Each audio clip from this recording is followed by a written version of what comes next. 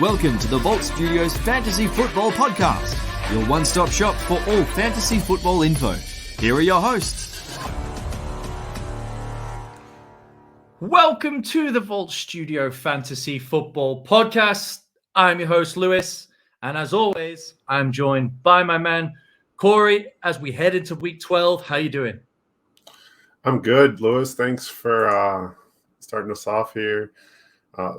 I'm kind of stuffed from a little turkey dinner that I had tonight. so let's get it. I'm getting a little. If I fall asleep, then you'll know why. A little bit of tryptophan coma. He's gonna drift off. Corey, wake up! As Corey's had his Turkey Day dinner, and of course we had 3 games on the Thanksgiving slate, which we're going to dive into a little bit here before looking ahead to the rest of the games. Of course, we want to wish all of our listeners, and especially those in America, a happy Thanksgiving. Hope you had a great day with your families, ate all of the food, drank all of the drinks, and weren't too depressed by what was not the most exciting slate of football. Certainly got off to a bad start. And let's go there right now with the Chicago Bears and Detroit Lions. We expected this game to be booty cheeks. We got a game that was booty cheeks. Fortunately, we didn't have to see Tim Boyle because that just would have been the icing on the cake. It's being subjected. But we got Jared Goff, who made some plays against the Chicago Bears defense, but really this was a low-scoring game. The Bears were able to ice it out with like an 8-minute drive in the final quarter. The Lions couldn't get a stop for love nor money. And it was ended with a walk-off field goal. So not a lot of excitement from a fantasy perspective.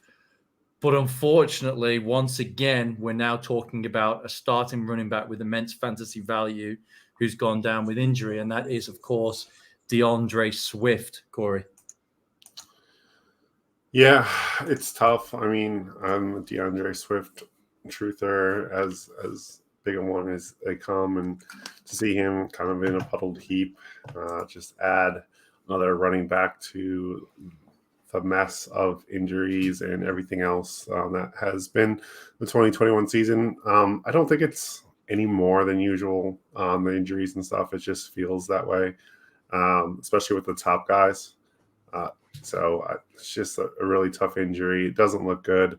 And it looks like now Jamal Williams will be, after going through his own injury stuff. So, he hadn't been active for a while. Right. I think he was active last week, but was his first week back, and he'd been out for like 3 or 4 weeks before that. So he's dealing with his own things. They got Jameer Jefferson's a little bit of an interesting name, but I think he got banged up after scoring a touchdown last week. So it's just a mess. Yeah, look for the Lions to be active in the in the free agency market.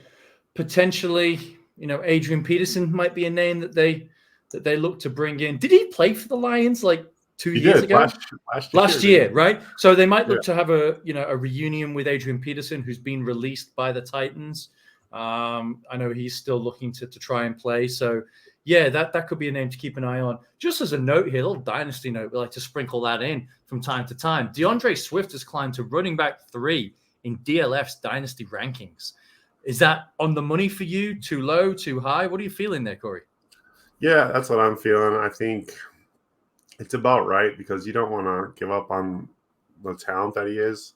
I got offered 2 first-round picks for him in a dynasty league. It's probably fair. I just didn't want to do it. I guess it all depends on your roster construction and where your team's at. Obviously, I'm kind of in that tanking kind of mode. So he's one of the guys that I'm trying to build upon. So if you're not in that, if you're kind of in the middle and you have other guys that you can kind of build with, then I don't mind. I wouldn't have minded that trade. So. Yeah, I think he is in the top 5 of dynasty running backs. That situation there isn't the best, but talent is definitely there. Right, and that's the thing. The situation can only get better. The offense can only get better. And at just 22 years old, gaining some NFL experience, I like what I've seen from DeAndre Swift so far. Sometimes he hasn't been the most efficient runner, but of course, circumstance can dictate that. He's an excellent pass catcher, and they're slowly bringing him along. he's younger than rookie Najee Harris. Saquon Barkley's injuries are starting to catch up on him, and Dalvin Cook is 26 years old, as is Alvin Kamara. Nick Chubb is 25 and always feeling like he's stuck in a bit of a committee. So it feels just right. And to be honest, maybe being a bit of a hot take, I have no problem in a startup draft taking DeAndre Swift ahead of Christian McCaffrey. Yeah, well, I don't. Yeah, I definitely agree with that. I have no problem with that at all.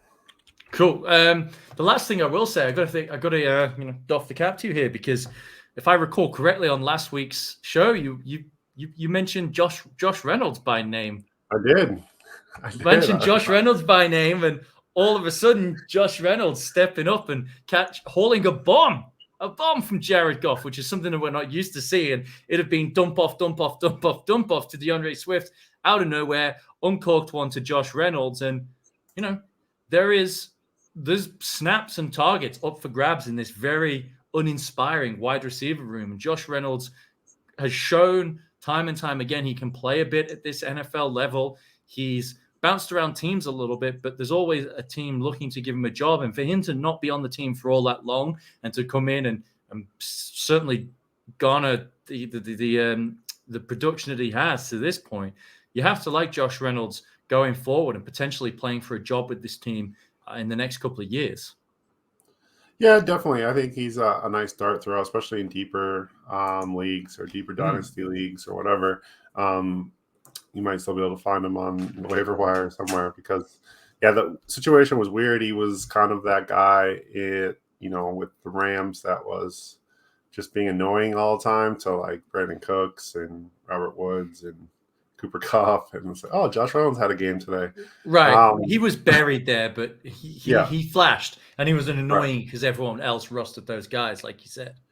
And then he signed that big deal with Tennessee, which was always going to kill his value because it just wasn't going to happen, and they kind of didn't use him like they don't use any of their free agent acquisitions at wide receiver. So, and then he asked for basically his release, and they ended up at the Lions, which is a perfect situation for him because he's going to get all the run he wants these last few weeks to showcase what he's got. No doubt. I hope he's able to parlay this play into a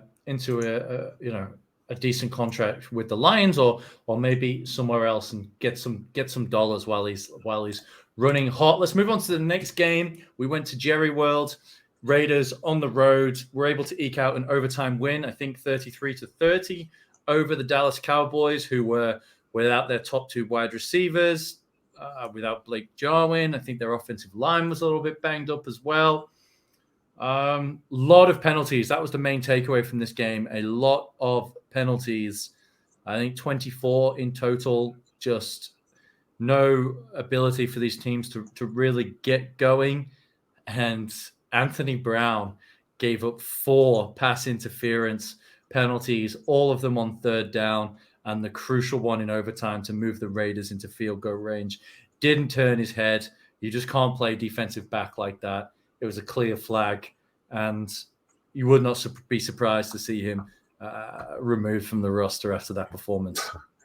Yeah, it's not great. It's not what you want to do as a young player. So I just thought that overall, I think the Raiders played very well. They came out, they had a plan. They stuck with it. Deshaun Jackson did Deshaun Jackson thing. D-Jax. I think, but I'm glad you brought his name up, because I was going to say, and it feels like now just a little bit icky talking about Henry Ruggs because of the situation that he's had. I think Deshaun Jackson brings more to this Raiders offense than Henry Ruggs ever did. And maybe Henry Ruggs might have got there. We'll never see that now. But even Deshaun Jackson at this late stage of his career is still so damn dangerous if he gets it right. Yeah, and you saw there was a route he ran. I think it was a comeback route where I think it was in the third or fourth quarter, and the corner just gave him so much cushion. He just like stopped. Like Derek Carr he wasn't even the first option. Like, and on that kind of route, you usually are. Like, the first option, route, but yeah, he wasn't the first option. all the time in the world. Across the field, he's wide open still. So yeah, he definitely had a good game. I mean, if he can just give him one or two of those kind of plays a game, like it's worth it. Uh, the sad thing about this game was the Brian Edwards stuff. Like he's pretty much dead and dusted. Um, yeah, it's weird. Hunter Renfro looked amazing, but it's Getting kind of weird. downfield, getting hit with a deep ball with Derek Carr. Like, of course, by the way, I've got to say, of course, fucking Hunter Renfro goes off this week, and I'm playing against him in a key game, and I pull up my phone and will wake up. I'm like, 30 what? points. Hunter Renfro's got 20-something points? Are you shitting me? Oh, well, at least I've got a bunch of Darren Waller in my other leagues. Oh, wait, he left the game with a bone bruise. Are you shitting me? Yeah, it's man. tough situation. Real tough situation. But Hunter Renfro. The Dallas backfield's interesting as well. I mean, I've always been a huge Tony Pollard fan. I think everyone knows that how talented Tony Pollard is. Like, I think he's could be like the second or third best back in the division, like talent wise.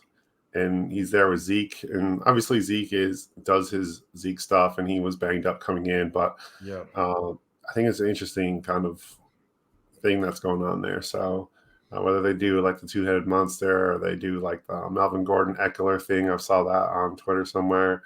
It's an interesting comparison.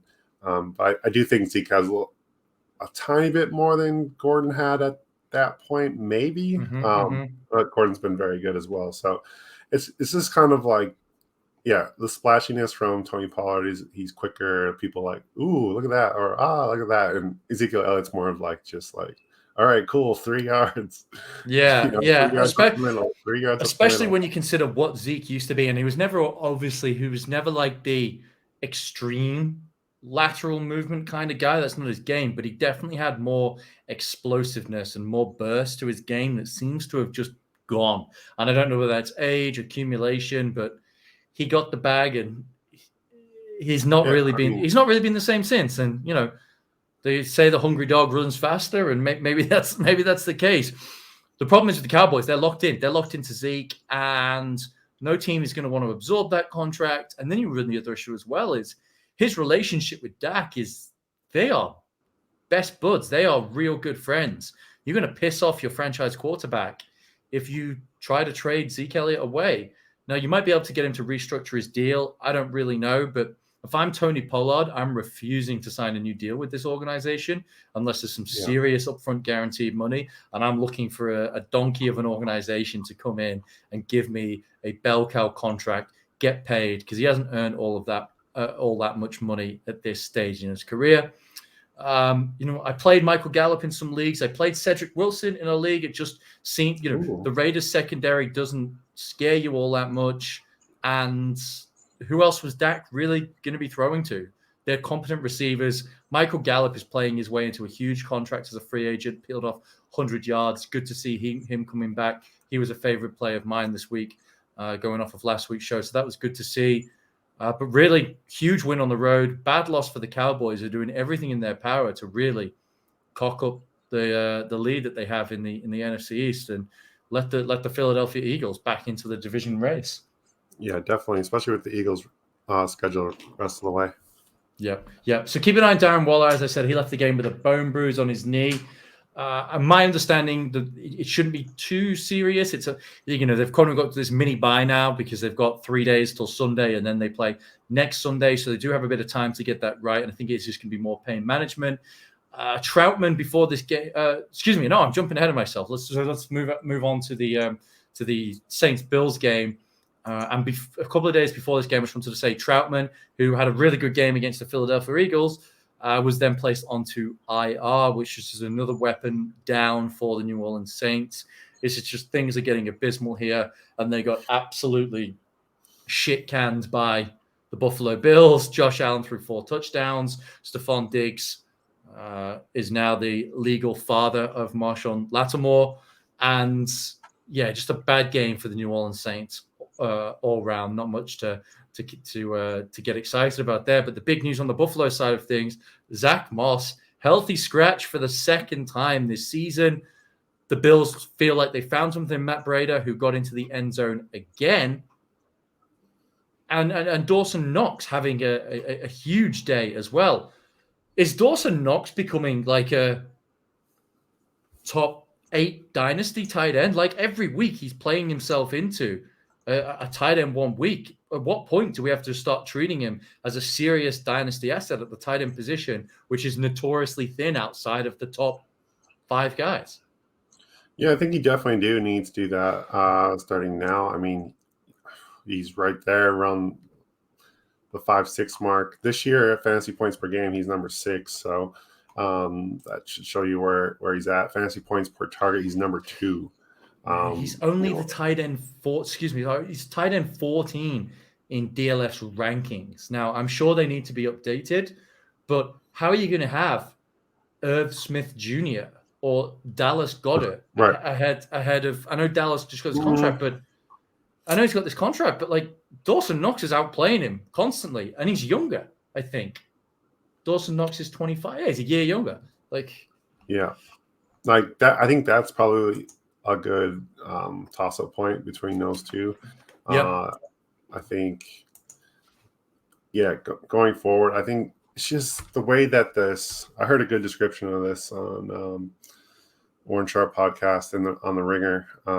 They're talking about the receiving core for the Buffalo Bills and how most teams build their receiving cores like basketball teams. So they have like the bigger receiver, then they have like a smaller, like the tweener guy, then they have like a smaller guy.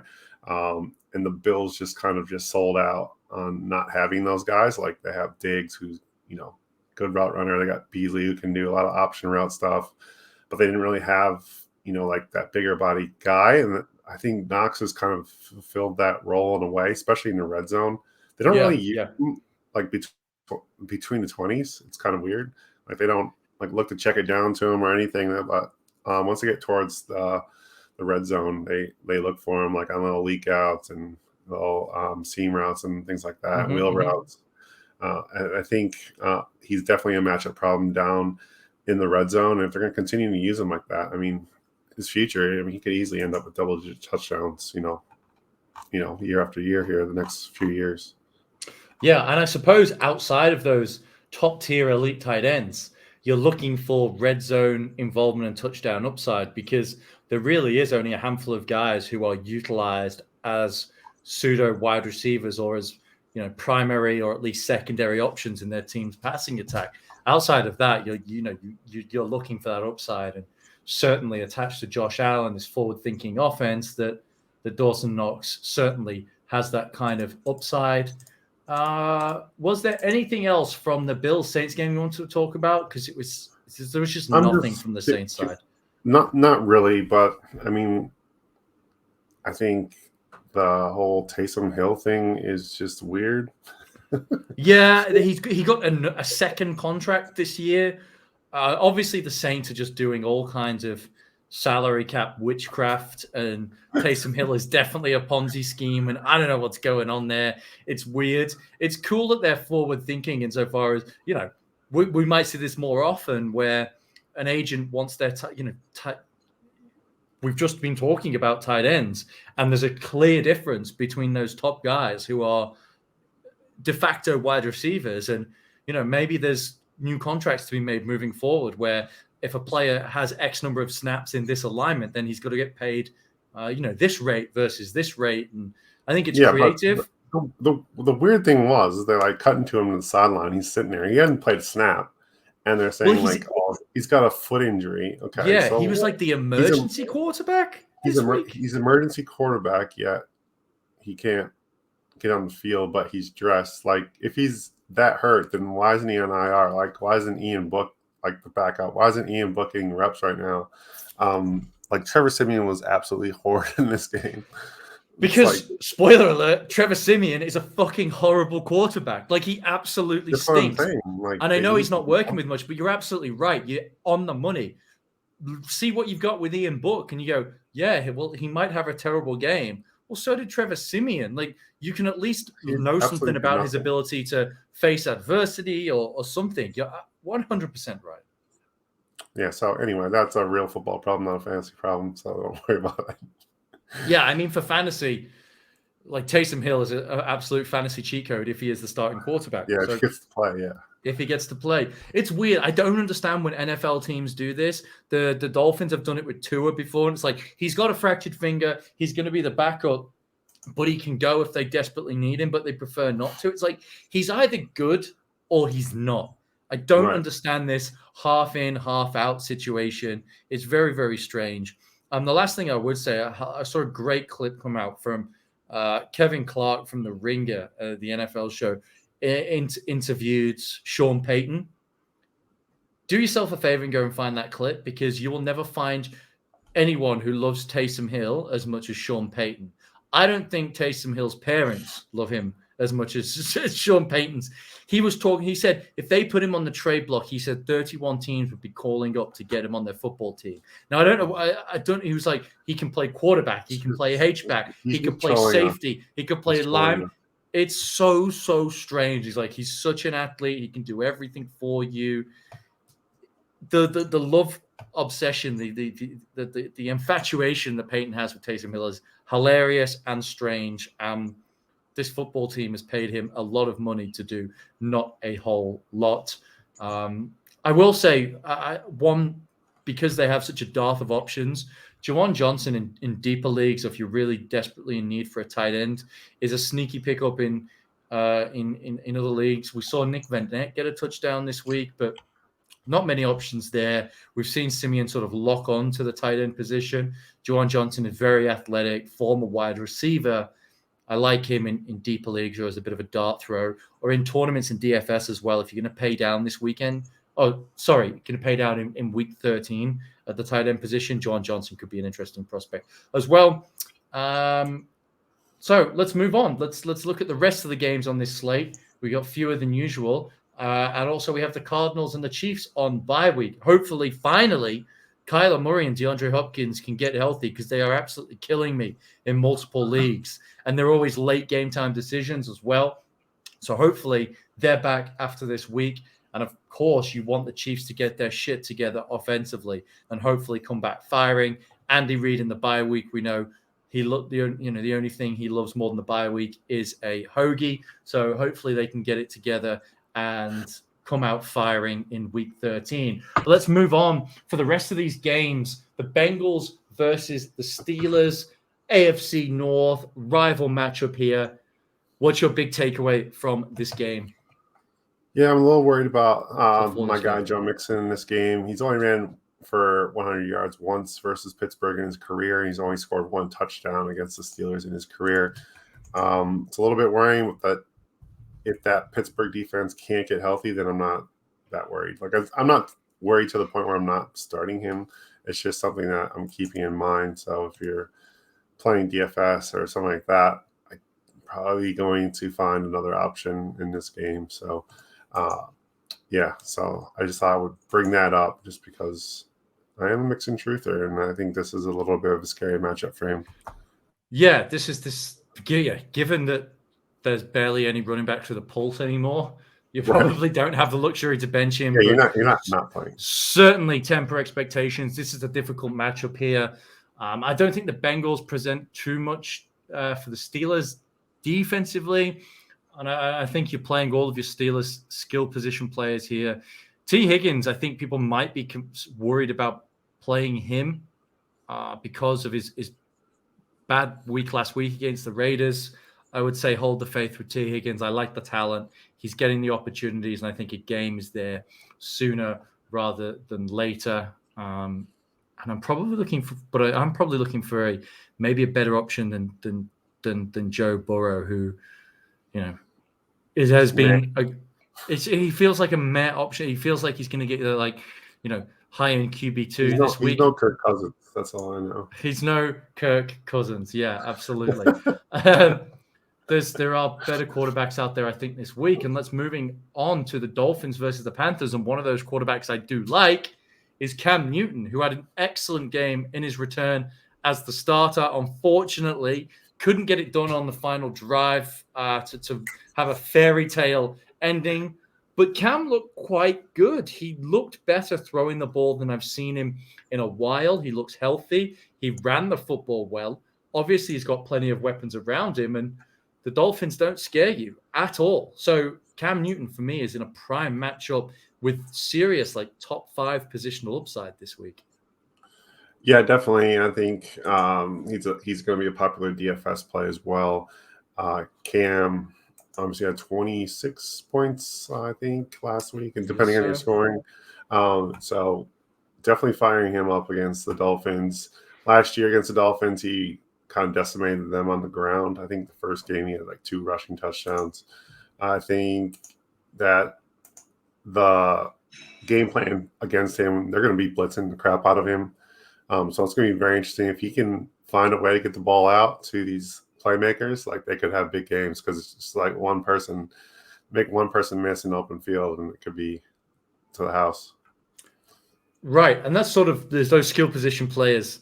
That is sort of their MO, right? You think quick, getting the ball out quickly to Christian McCaffrey and DJ Moore, and just letting them work. Sweet, let's do it. And if the offensive line is able to hold up, or Cam is able to move the pocket and buy some time, Robbie Anderson deep, okay, cool, yeah, we can work with that as well. So yeah, Cam very much in play this week. What are you looking for in this game? Yeah, Jalen Waddle, obviously he's been getting tons of targets, so you're going to love him in this matchup. I think he just keeps getting pepper with targets. I think he's had double-digit targets on 3 of the last 4. It's close to that. I think he had 8 or 9 last game. So, yeah, I'm firing up Jalen Waddle. He's pretty much PPR wide receiver 2 every week. So, really like what he's doing at the moment. Absolutely. And we're still really yet to see him have an absolute monster breakaway touchdown play. Just the way they're using him, though, is kind of weird. It's difficult. Well. It is difficult, but you have to think at some point one of those plays is coming. It could be this week, but either way, he brings you an excellent floor, and so far an untapped ceiling. But plenty to like about Jalen Waddle this week and every week. Giants versus Eagles, big rivalry game here. A few fantasy relevant pieces here, but for me, looking for a tight end, playing Evan Engram this week because the Philadelphia Eagles have been absolutely cheeks against the tight end position. It's something we've looked at and targeted the last couple of weeks. Poor Troutman, before he got injured, was able to come good for you and get you your 5 for 50 odd and a score against the Eagles. They've given up the most fantasy points to tight ends in total on a points per game basis. So yeah, let's ride with Evan Engram here. I think he can get you where you need to go, particularly as the Eagles defend everything else quite well. Darius Slay is having a hell of a season. You like him to be able to take away Kenny Golladay. And I just think it's just the way the Eagles are set up, and you can be exploited by the tight end. So Evan Engram, roll for me. For me, we're firing up Miles Sanders if you haven't traded him already. And if you can trade him, do so. But this is a great spot for him. Obviously, there's Jordan Howard, who has injury. But other than that, if he actually gets used in the passing game, I know Boston Scott was a little bit of a thorn in his side last week. Like, if they actually throw him a pass, I don't know if the Eagles really pass anymore, but if they do throw it, that'll be good. But yeah, I'm firing up Miles Sanders this week in this matchup against the Giants. Yeah, the Giants are giving up the 6th most fantasy points per game using DraftKings scoring to opposing running backs. And so with Jordan Howard out, you'd have to imagine it's going to be the Kenny Gainwell is going to dress, but kind of tells you everything you need to know about him right now, with him being a healthy scratch last week, being the odd man out of that 4-man running back rotation. So good matchup here against the New York Giants. Worth mentioning as well, of course, we didn't touch upon it at the top of the show, but Jason Garrett has been fired as the offensive coordinator. Finally, clap it up for Jason Garrett, the clapper. Freddie Kitchens is going to be calling the plays, which again doesn't inspire confidence. I'm imagining we're going to see a healthy dose of Saquon Barkley, and you would hope, based on his at least tackle breaking ability that they might try to scheme up some touches for Kadarius Toney and get him involved. But outside of that one big game that he had, it's been absolutely nothing. He's been a zero, Kadarius Toney.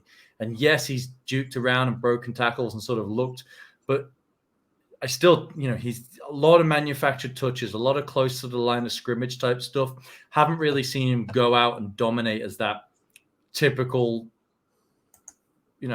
wide receiver alpha that you're looking for. And that team is sorely in need of an alpha wide receiver because seemingly Kenny Golladay ain't it either. So potentially they look to get Kadarius Toney involved. And I, don't hate starting him in deeper leagues this week. Tennessee versus New England, who are on a roll. The Titans got embarrassed by the Houston Texans in just a shameful loss. Couldn't get anything going. And their guy, Ryan Tannehill, was just awful. Please, for the love of God, do not play Ryan Tannehill this week. Not even in a serious emergency. Going against a New England defense, which is just humming at the moment. They are not giving up a whole lot of points to opposing quarterbacks. In fact, they are giving up the second fewest points per game to opposing quarterbacks this season. So Tannehill is not it this week, especially with concerns around the health of A.J. Brown, who was banged up several times last week and clearly didn't get the memo that it was A.J. Brown wide receiver 1 week. So, nothing to like about. I'm so off the A.J. Brown. I have one share, and he's just. I love the dude, but he is just banged up all the time. He cannot stay healthy. It's been awful. And this week, I'm not playing any Titans. I'm staying far, far away. On the Patriots side, I'm looking at those running backs. I think that Patriots are going to run the ball a lot in this game, play action. Off that, Ramondre Stevenson and Damian Harris, I expect to get, probably around the same amount of carries. So I'm guessing they get, anywhere from 10 to 15 each in this one.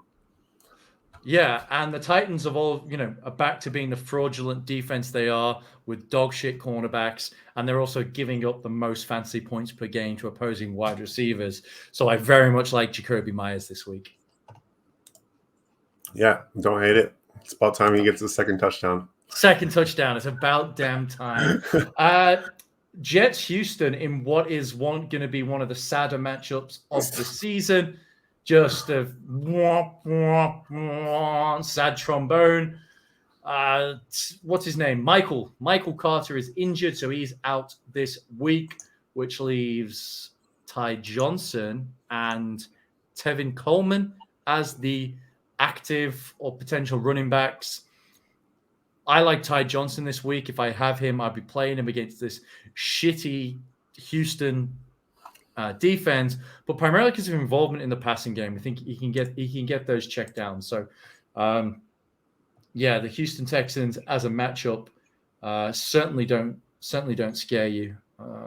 And considering that they've given up an average of 25 points per game to opposing running backs, but they've only given up 9 touchdowns, which is on the lower end. Now, I'm not suggesting this Jets offense is all of a sudden going to turn into a powerhouse, but there's the potential there for some of that to even out, and the running backs get in and with a score here. And I like Ty Johnson to be the guy to do that. Yeah, we're going on the other side of the ball. It's Tyrod Streamer potentially. He got in the end zone twice himself last week because they have no other running backs capable of doing that, I guess. And Brandon Cook's bounce back game. I expect, against this Jets secondary, I think they could be had for a couple. So I think Brandon Cooks could get loose in this one. I mean, it's been a while since he's had a big game like he did in the beginning of the year. So I could see him with a big game versus the Jets here. And I just put a side note, sexy Rexy time. If they're going to run the ball, Rex Burkhead looked like he was actually looking fairly efficient. I mean, he's not actually sexy when you watch him play. He's just a meat and potatoes guy. Like, he just gets what's blocked for him. But, he plays hard. whatever that means. And but I just think that he looked better than whatever the corpse of David Johnson's out there. Yeah, obviously the Texans, if you missed the news, waived Philip Lindsay, everyone's favorite great undrafted free agent story. He was picked up by the Miami Dolphins, but I actually prefer DJ to Rex Burkhead because he runs the passing routes, and I think he doesn't have really the juice left to run the football, but as an extension of of the passing game, I think he's got a bit left. David Johnson has to be one of the saddest stories. You remember when he was like a top 5 dynasty running back and Arizona gave him that monumental fucking contract, and he was just so electric, and it's gone so badly, and he's still not that old. How old is David Johnson? He's got to be what, 29? He's 29 years old. Okay, he's going to be 30 this year, but he's only been in the NFL for 6 years. Yeah, it's over. It's over, man. Yeah, so I just saw someone tweeted out, who knew David Johnson was the Larry Sanders of 2021? A little fullback from Cardinals back in the day. So, yeah, that's where we're at right now with him. I'm so curious.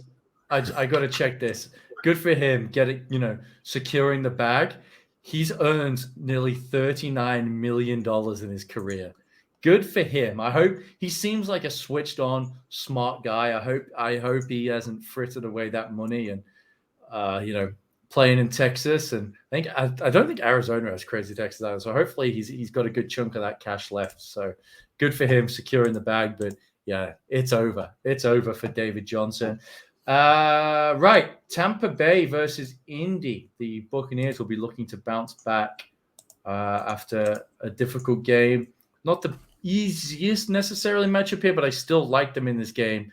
But I do like coming back the other side. Michael Pittman going off against this soft secondary. I think there could be some points to be had in this football game. Yeah. I mean, I'm not going to say, I think Tampa Bay handles the business here against the Colts. I know the Colts are a nice story right now. They're probably the second hottest team in the NFL right now. But I think this is a Brady destroys the Colts type of game. I don't think Brady has an affinity for the Indianapolis Colts, especially after Deflategate. And I think he will forever hold a grudge against the Colts. And this is a perfect defense to do that. The Colts love playing zone on the back end. They're going to be sitting in zone, and you do not want to be in that situation when playing Thomas Edward Brady. That might work against the Josh Allen types, but it does not work against Tom Brady. So good luck with that. Yeah, absolutely. Gronkowski is back as well. And there's even whisperings and rumors that one Antonio Brown might be back as well. So things trending upwards for this Tampa Bay passing game. I don't know what the status of Vita Vea is. Yeah, it sounds like he's close. He was close last week. Right. And obviously you're not benching Jonathan Taylor or probably even not playing him in DFS because I think – it was obviously his price is going to have rocketed up. I'm not sure what his price is this week, but he showed even against what was seemingly a good Bills run defense is able to get it done. But don't be expecting, another huge 3-4 touchdown game. One, because I think the Colts are going to have to throw to keep up here. And two, like Vea is a game changer in terms of the running game. So just downgrade your expectations a little bit for Jonathan Taylor is all. I'm really looking forward to this game, and watching Vita Vea play football is fun. He's just a monster of a human, and I'd love to see that matchup with him against the Colts offensive line and see what Jonathan Taylor can get going there. Atlanta versus Jacksonville in the second saddest matchup of the week. Maybe finally something can get going for Trevor Lawrence, but with everyone dead at the receiver position. It's really not looking likely. Not looking likely for him. But for me this week is a very nuanced, very detailed takeaway. You're going to like this, Corey. Play everyone against Jacksonville because their defense stinks. Play Mike Davis, even Mike Davis. Play Cordero Patterson. Kyle Pitts can have a day. If you're in a pinch, a little bit of Russell Gage. But I swore off playing Matt Ryan. I will never play Matt Ryan or suggest Matt Ryan again. I won't do it. I refuse. I'm principally against it. But get them skill positions out there for sure. Yeah, I get that. I feel that. I feel your pain. In this game, obviously you're playing James Robinson if he's healthy and going. But it's now or never for LaVisca, and I'm a huge LaVisca guy. This is his time now. I mean, Right. Jamal Agnew gone to IR. If they've got any sense whatsoever and they need to see what they have with Visca, they will just transplant the play calls that they had for Jamal Agnew and go, okay, LaVisca, this is what we want you to do. Watch the film of the last 3 weeks, see what Jamal was doing, see how we got him implemented in the game plan. We need you to do this. Study the nuances and let's go. Yeah. If it doesn't happen, it's never going to happen. This game and see what happens. Right. Maybe something fun will happen. Maybe just let his God-given freak athleticism, size, speed, ability with the ball in his hands in open space. Just go, hey, LaVisca, just maybe make some plays. Let's see what can happen here, because we have nothing to lose here. So we'll see about that. Chargers, Denver, huge matchup here inside the division for the Chargers. I'm looking forward to seeing this game. I just enjoy watching the Chargers play. Obviously, sick uniforms. Justin Herbert's a stud. Austin Eckler, wow. Obviously going to be another monster game for him, as always. But the LA Chargers are a serious funnel defense when it comes to running the football. And I believe they've given up the second most yards to opposing running backs. Only second behind the Detroit Lions, who have played a game extra. The Chargers give up an average of 27.5 points per game to opposing running backs per DraftKings scoring. So really like both running backs here. And Javonte Williams is obviously starting to feel like he's getting out of his backfield, but play Melvin Gordon with confidence here because he could easily get into the end zone. Yeah, he definitely could. I like both those running backs in this game. I left this entirely blank on our sheet just because I just don't know what else I can point to in this game. Like, you're obviously playing, you're playing Mike Williams, you're playing Keenan Allen. I don't know if you're playing Mike Williams. You have to play Mike Williams. You have to play Mike Williams. He was a mirage last week, like until that one play against the Steelers, and it was like blown coverage. He'd done nothing during the game, and seemingly it was just this trend going forward. You're like, why are they not involving Mike Williams? Now, maybe the fact that he had that big play might get them to look his way a little bit more, but this is not, Denver defense is pretty damn good. So that concerns me a bit. You're playing him. Fair enough. I actually just traded away Mike Williams in a dynasty rebuild. Oh, that's just smart. Yeah. Yeah. Felt good about that. I was able. It's super flex league, but I was able to get like 2 mid to high future second round picks, one in 22 and one in 23. I love second round picks. Yeah, for Cam, I got moved on Cam Newton, and I also moved on Mike Williams as part of that. So a second round pick for each of them. And the team that has them is pretty gross. So I feel good about those future picks in that rebuild. I will say as well, Cortland Sutton got rewarded with a huge contract not long after Tim Patrick. I think we don't have to talk about Cortland Sutton because he shouldn't be on your team. You should have traded him. How dare you? How dare you? He is an integral part. And let's just wait until they get a quarterback, because they have got an excellent pass catching group here with Jerry Jeudy, Cortland Sutton. Tim Patrick is as good as any wide receiver 3 in football. Noah Fant. Go and get Aaron Rodgers. Aaron Rodgers. They need to make this happen. The Denver team is set up and ready. They are a quarterback away. That is the only way Cortland Sutton will ever get his value back from that contract. If they go and get like a bona fide starter from somewhere, if they bring in another like Teddy, Jimmy G, any of these guys, like it's just over. Well, that's the same for pretty much any wide receiver. Yeah. Well, maybe, because I think. So you have to think this is part of a plan that they're putting this team in place to be attractive to land a quarterback. Well, I'm saying with all those weapons on that team, like Cortland Sutton is an afterthought right now. So if you put him, like say if Cortland Sutton was on his own team, like if Cortland Sutton was on the Patriots or something like that, like I would like him a lot more than I like him on this team because it's just not, they're not focused on getting him the ball. It's just, we have 15 other options to get the ball to. Right. And when you throw the ball 25 times a game, it's not good for Cortland Sutton. No, it's not. It's not. And that's the thing. But I think we've seen what he can do. And he was balling out earlier on this season. He's such a good deep threat. He's got great body control. He's a red zone threat. And that's why I think they're getting in place. Obviously, Jerry Jeudy's on his rookie deal. He's not going anywhere. So I think they're getting it all locked up for a run at the quarterback. But yeah, right, hard you heard it here. Trade Cortland Sutton to Lewis in your leagues. There you go. Do it. Rams at Green Bay. This one is going to be an absolute barn burner banger. Rams coming off their bye week, which is good for them, being able to integrate Odell Beckham Jr. into the game, also get Von Miller healthy and as part of that defense as well. And it's for that reason I am sitting Aaron Rodgers this week. Everyone saw his foot in the press conference, which was just fucking hilarious. Like I love that Aaron Rodgers has just become like enemy of the media and just like calling people out and just does not give a fuck anymore. It is hilarious. He's managing a fractured toe and just trying to get through to the bye week. So the fact that he's injured and compromised, his mobility is going to be down. They lost their starting guard. What's his name? Bakhtiari? No. That's tackled. Is it like Eldon or Elgin? Oh, what's his name? Packers guard IR.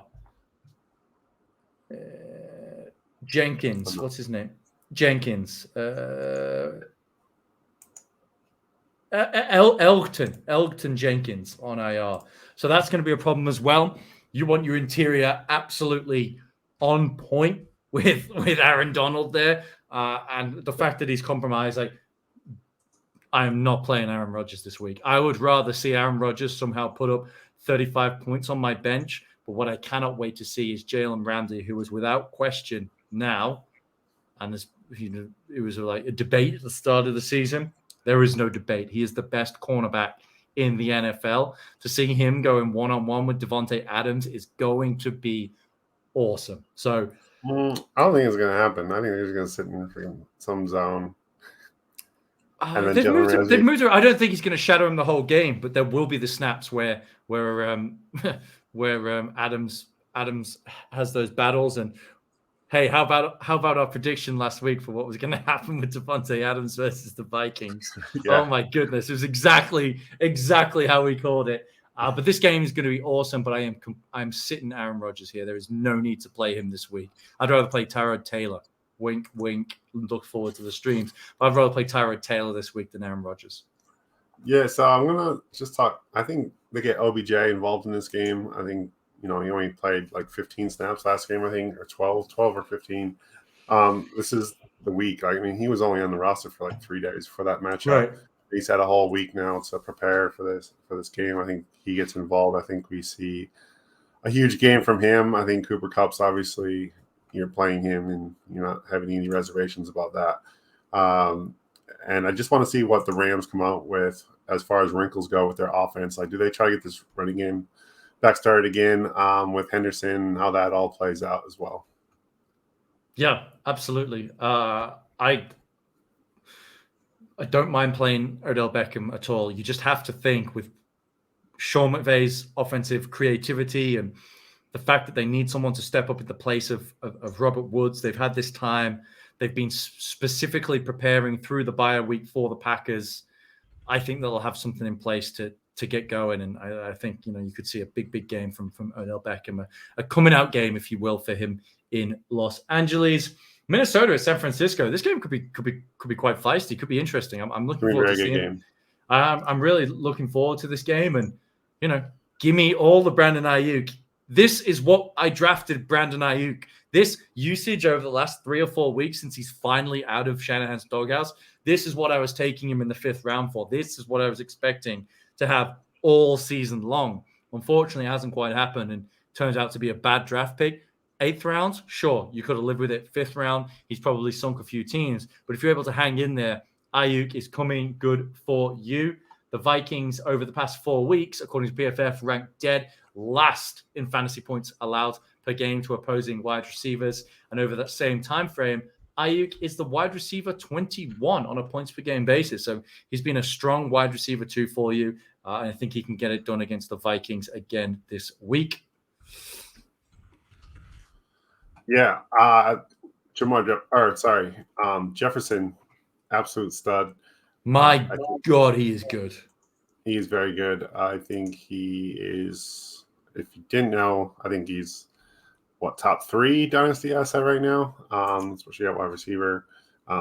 Easily. I think the top 3 dynasty assets in terms of value right now should be, and probably close to are being, Jonathan Taylor, Jamar Chase, and Justin Jefferson. Yeah. I just think that he's an absolute stud. I'm curious how the Vikings play this game. I'm curious how, it's such a trap game for them to fall into just running the ball. Because I don't think the 49ers are going to try. The 49ers aren't going to blow them out, I don't think. I think the 49ers are just going to kind of string them along, and it's going to be 49ers are up 7, and it's Vikings come out, 1st and 10, hand off the Cook, gets 2 yards, 2nd and 8, incomplete, 3rd and 8. Oh, shit. Right. 3 and dig out. themselves into a hole and then be like, hey, Kirk, can you bail us out, please? Right. And I hope they come out, gunning from the start. So we'll see what happens. Yeah, I'm very much looking forward to this game. Another game I'm looking forward to, even though it could be really gross because Baker Mayfield is being held together with Scotch tape at this point, is Cleveland at Baltimore. Just a rivalry game, hard-nosed. Going to be a big Nick Chubb game. They're going to lean heavy on the running game. But you cannot start any Cleveland pass catchers or Baker Mayfield outside of the deepest of Superflex leagues. And even then, it might be better to play Joe Flacco. Seriously. This could be a real tough. Joe Flacco's not playing. You have to play Zach Wilson. So is Zach Wilson playing? Yeah, because Flacco's got COVID and so is Mike White. I can't keep up with this fucking Jets quarterback carousel. Shit. Still, there's a chance Baker might get you minus points. I still might play Joe Flacco and take the safe 0. No, this could be a week where you play a skill position player in your quarterback. If Baker is your quarterback too. This is rough. Hopefully Lamar Jackson is back after all of the question marks around last week, and you hope Hollywood Brown is back as well. If Hollywood Brown is not back and Lamar is still not practicing and questionable with illness, are you playing Lamar Jackson? The only league I'm considering not playing Lamar Jackson is the league I have Brady as well. So, right. I'll probably play Brady over him in that league. Every other league I have him, I'm playing him. Man, I just think with not practicing, and he's had some kind of real bad bug. He's been shitting himself senseless. He says he's feeling great. All right, if he's feeling, after strange illness. Strange illness, Matt. Yeah, man's been putting his face where it doesn't belong, I think, and picking up some bacteria, shitting his pants again. I suppose with Lamar, right, his value comes from his legs, and it doesn't really matter if Hollywood's in or out. So it's just a situation of monitoring his health. Because if he is under the weather, potentially they don't ask him to run the football as much. And if there's no Hollywood Brown, you start to get concerned. But Cleveland's defense. He crushed Cleveland last year. I'm not worried about the matchup. It's just, if they might feel like they can get it done with Tyler Huntley, especially because the oh no, they cannot get it done with Huntley. They got so lucky last week. I know. He is the Tyler Huntley is the Dollar Tree Lamar Jackson. Yeah, exactly. He's like the super hurt version of Lamar Jackson. Oh, dear me. All right, in the final game, somehow Tyler Lockett got there and got you what you need last week. But shit, man, Russell Wilson is broken. The Seahawks fucking stink. Pete, this has come to a crossroads now where the Seahawks have to decide between Russell Wilson and old man Pete Carroll and his shit for brains, like obsession with establishing the run and refusing to back Russell Wilson. Now, I know Russ hasn't been the best, but this is a constant theme over the past few years, and they have wasted the elite talents that Russell Wilson has because Pete Carroll is an old stubborn son of a bitch who wants to chew gum and run the football. And I just think this could be a real get-right spot for the offense, which papers over the cracks because the Washington defense just plain stinks. They're not going to be able to get, even against the Seahawks offensive line. They have no Chase Young. They might get Montez Sweat back, but the pass rush doesn't really scare you that much. The cornerbacks stink.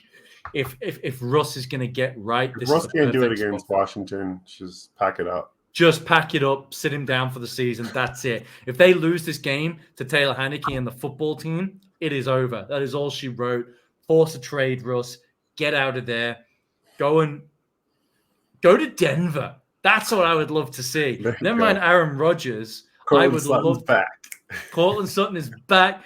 Jerry Jeudy. Like, I would love to see that. Love to see that. I know Russ loves Russell. I don't think Denver maybe is the city though that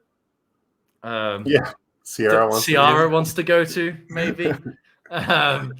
She means when she means big market, but yeah, going from Seattle to fucking Denver, from one hippie ass town to another.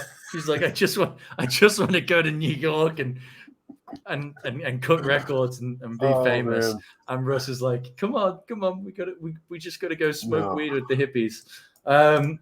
I think with this game, I really think like I wrote for King Fantasy Sports this week that DK and Tyler Lockett are in my sales column. I'm really just worried about the whole view of the organization right now. I really think, obviously with last offseason, and DK has been fine just because he's been buoyed himself with touchdowns, but it's not being pretty. It's not what we expected when we drafted him. When people are saying like he's a top 5, right, dynasty wide receiver, like this is not what you want. Like you don't want to go through these ebbs and flows. And then Russell Wilson's, I think he's had only one 300-yard game this whole year, and it's just been terrible. Like if they're going to end up being like a 5-13 team or whatever it is, like I can't imagine that Russell Wilson's going to be happier with that situation. And they don't have their first round pick because they inexplicably traded no way to get it better. 2 away for Jamal Adams, who currently has the same number of interceptions as me. No, he has one. He has one. He has his first career interception. I want to say Vince Wilfork. I think it was Vince Wilfork. Has a career interception as well. Hey, he's a semi-finalist for the Pro Football Hall of Fame. He is. Let's get him in there. Big Vince. We need to get Vince on this podcast. That would be, oh my God, can you imagine? Absolutely one of my all-time favorite players. And now he just let's get our people to reach out. Wears overalls and sells barbecue. Like, what a king. Living the absolute dream. I just my final takeaway for this game, and then we'll move on to our streams and wrap it up because we're going to come in over an hour for this one, Corey. We've been very ill-disciplined with our time. Never ever sit Terry McLaurin, you dolts. Like I read several articles last week of different reputable fantasy websites saying sit Terry McLaurin. Even if there's a fire, never sit Terry McLaurin. He's amazing. He's one of the top 7 wide receivers in football. I haven't off the top of my head, he's that talented. So play Terry McLaurin, and this is a great matchup from here. That's all I wanted to say. Let's move on to the streams. Quickly run through these. Fortunately, I was able to get it done on the quarterback side of things. Cam Newton, Corey's guy, in a horrible turn of events for Corey, got it done with 26 points against Jimmy G, who had a reasonable 16, so I was able to get it done this week. Mentioned several times how much I like Tyrod this week. You can't take Tyrod. What is happening? Bro!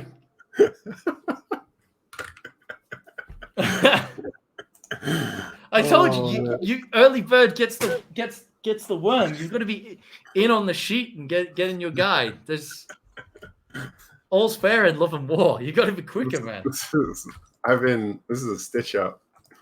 Did you? Stop the count. Oh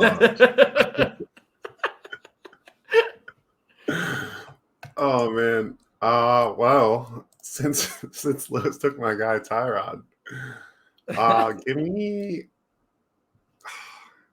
me Tua. Give me Tua versus Carolina's defense. Yeah, I actually don't hate that one either. He was one of the other names I was looking at, but I know because you would like, you love Brandon Cooks. I was thinking you might go Tyrod. I was like, I'm just gonna do it just to piss him off. Let's move on to the tight ends, because what the shit, Dan Arnold peeling off targets after targets in 3 consecutive weeks, 0, 0, 0, and so. This guy, Corey, just Stephen Bradbury's his way to another victory in the tight end streaming matchup with 2.2 fucking points from Cole Kmet. Are you serious? This has been absolutely atrocious. Like, truly, truly bad. And if we look at the average points over the course of the tight end matchups, like, I actually have more average points than Corey. It's not how it works. It's not how the game works. I know. But he's eked out these absolute terrible wins with like sub 4-point wins, and it's just crushing me in the win losses. So you love to see it if you're a Corey fan, and you absolutely hate to see it if you are me. So yeah, what a nightmare. But this week, I'm playing Evan Ingram against the Eagles. I've talked about him earlier, so you know my reasons.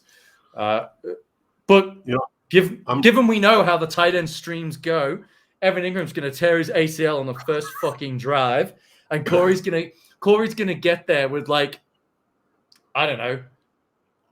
I'm gonna tell you who, and you're gonna laugh because I'm gonna choose someone just to see if we can pull this off again. Taking Donald Parham. Oh fuck! Come on! Touchdown, baby! Let's go. Yeah, no, it's probably going to happen. I love Donald Parham, so that's just a salt in the wounds. This is really pissed me off in the tight end streaming contest. But that'll do it for this week. Let's get it out of here. We've just crossed over the hour threshold, so we're going to wrap it up here. Remember, follow the Vault Studio on all the social media platforms. You can find us. Make sure you subscribe to the pod if you are listening on Apple Podcasts. Please, please, please scroll down to the bottom of the feed where the review section is. Just hit the 5 stars. Helps other people find the podcast and increase the visibility. And if you want to support the studio through Patreon, patreon.com/the Vault Studio. We've got loads of awesome stuff coming through there for the Patreons. We appreciate everyone who does support the podcast.